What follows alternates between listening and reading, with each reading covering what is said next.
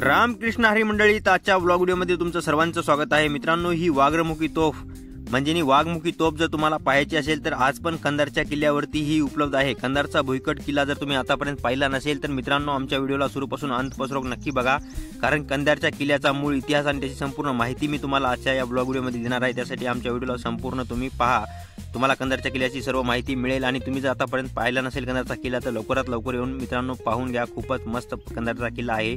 तुम्हाला एका उंच ठिकाणावरून मी सर्व किल्ला दाखवायचा प्रयत्न करत आहे आणि मित्रांनो संपूर्ण किल्ला तुम्हाला हिंडून फिरून दाखवणार आहे. त्यासाठी व्हिडिओ आमचा अंतपासून नक्की बघा. कंधारचा किल्ल्याचा मूळ इतिहास, त्याचा राजा आणि किल्ल्याचे बांधणीचे कार्य, राष्ट्रदूत तिसरा कृष्ण यांनी संपूर्ण किल्ल्याचे बांधकाम केले हे स्पष्ट होते. इसवी सन 1403 मध्ये वरंगळ घेतल्यावर तुघलकाचे बिदर हे कारभारचे केंद्र केले व कंधारच्या अधिकृत्याखाली आले. नसरत सुलतान याची कारभारणी म्हणून नेमणूक झाली.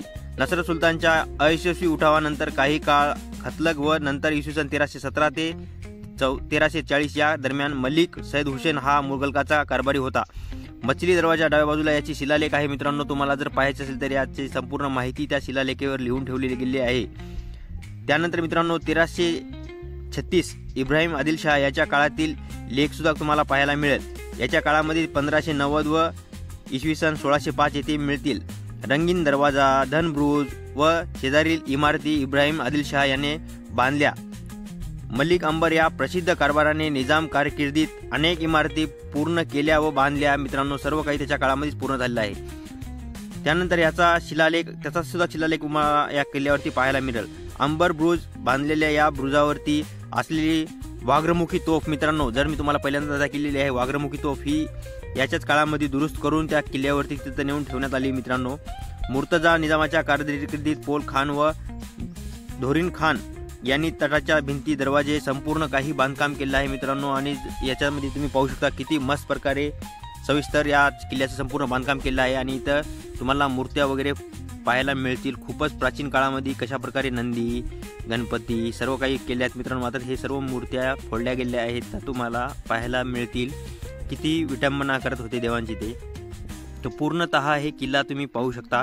मी एका टोकावरती थांबून तुम्हाला पूर्ण किल्ला दाखवायचा प्रयत्न करत आहे. तर तुम्हाला याची सभा कशी होती, सडावा मंडप ही आहे मित्रांनो वाघ्रमुखी तोफ म्हणजे वाघमुखी तोफ. हिचं वजन 5000 ते 6000 क्विंटल वजन आहे या तोफेचं मित्रांनो. आणि हे लोखंड कोणतं आहे बरं, उन्हामध्ये सुद्धा तुम्ही या तोफाला कोणत्याही किल्ल्यावरती जाऊन हात लावून बघा, ते थंडच लागतं. कारण की तोफ उन्हामध्ये तर लोखंड गरम व्हावं ना, परंतु प्रत्येक तोफाचं लोखंड हे थंडच लागतं. दरवर्षी तुम्ही पहा, तुम्ही कोणत्याही किल्ल्यावरती गेलात तर.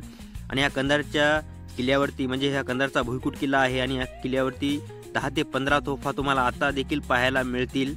तर एक दिवसाकरता तुम्हाला फिरायला यायचं असेल तर हा बेस्ट ऑप्शन राहू शकता कंधारचा किल्ला.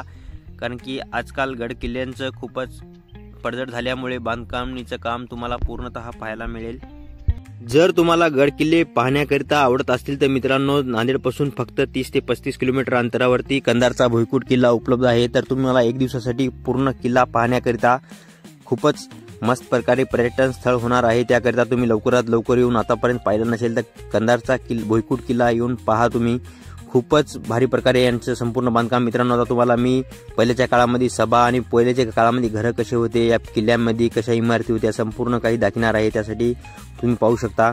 तुम्हाला राजवाडा, राणी महल सर्व काही व्हिडिओमध्ये मी दाखवणार आहे. तर इथे तुम्ही बघू शकता सभा भरत होती. किती मस्त प्रकारे सभेचं पूर्णतः स्ट्रक्चर यांनी पहिल्याच्या काळामध्ये बांधल्या गेलं आहे. तर मित्रांनो, इथून तुम्हाला मी आता सभेच्या पूर्णतः इमारती पहिल्याच्या काळामध्ये कशा प्रकारे होत्या आणि कशा भारी प्रकारे त्यांना बांधकाम केलेलं आहे या किल्ल्यामध्ये तुम्हाला सर्व काही सविस्तर मी दाखवणार आहे. तर पूर्णतः हे सभा मंडप आपण पाहणं झाल्यानंतर इथे राजा सर्वांना संबोधित करत होता आणि त्यांना सांगत होता की कशा प्रकारे काम कुठं कोणाला द्यायचं काय नाही.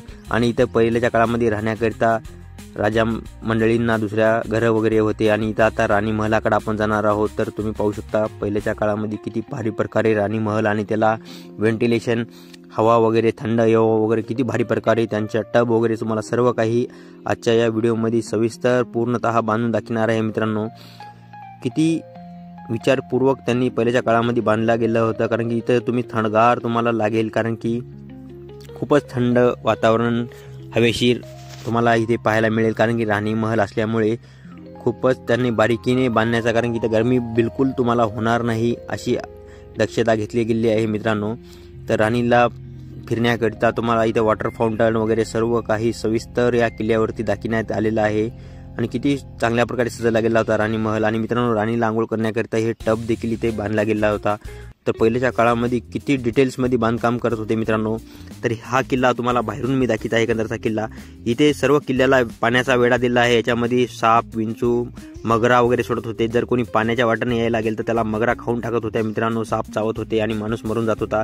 त्याकरिता किल्ल्यामध्ये जाण्यासाठी फक्त एकच वाट होती.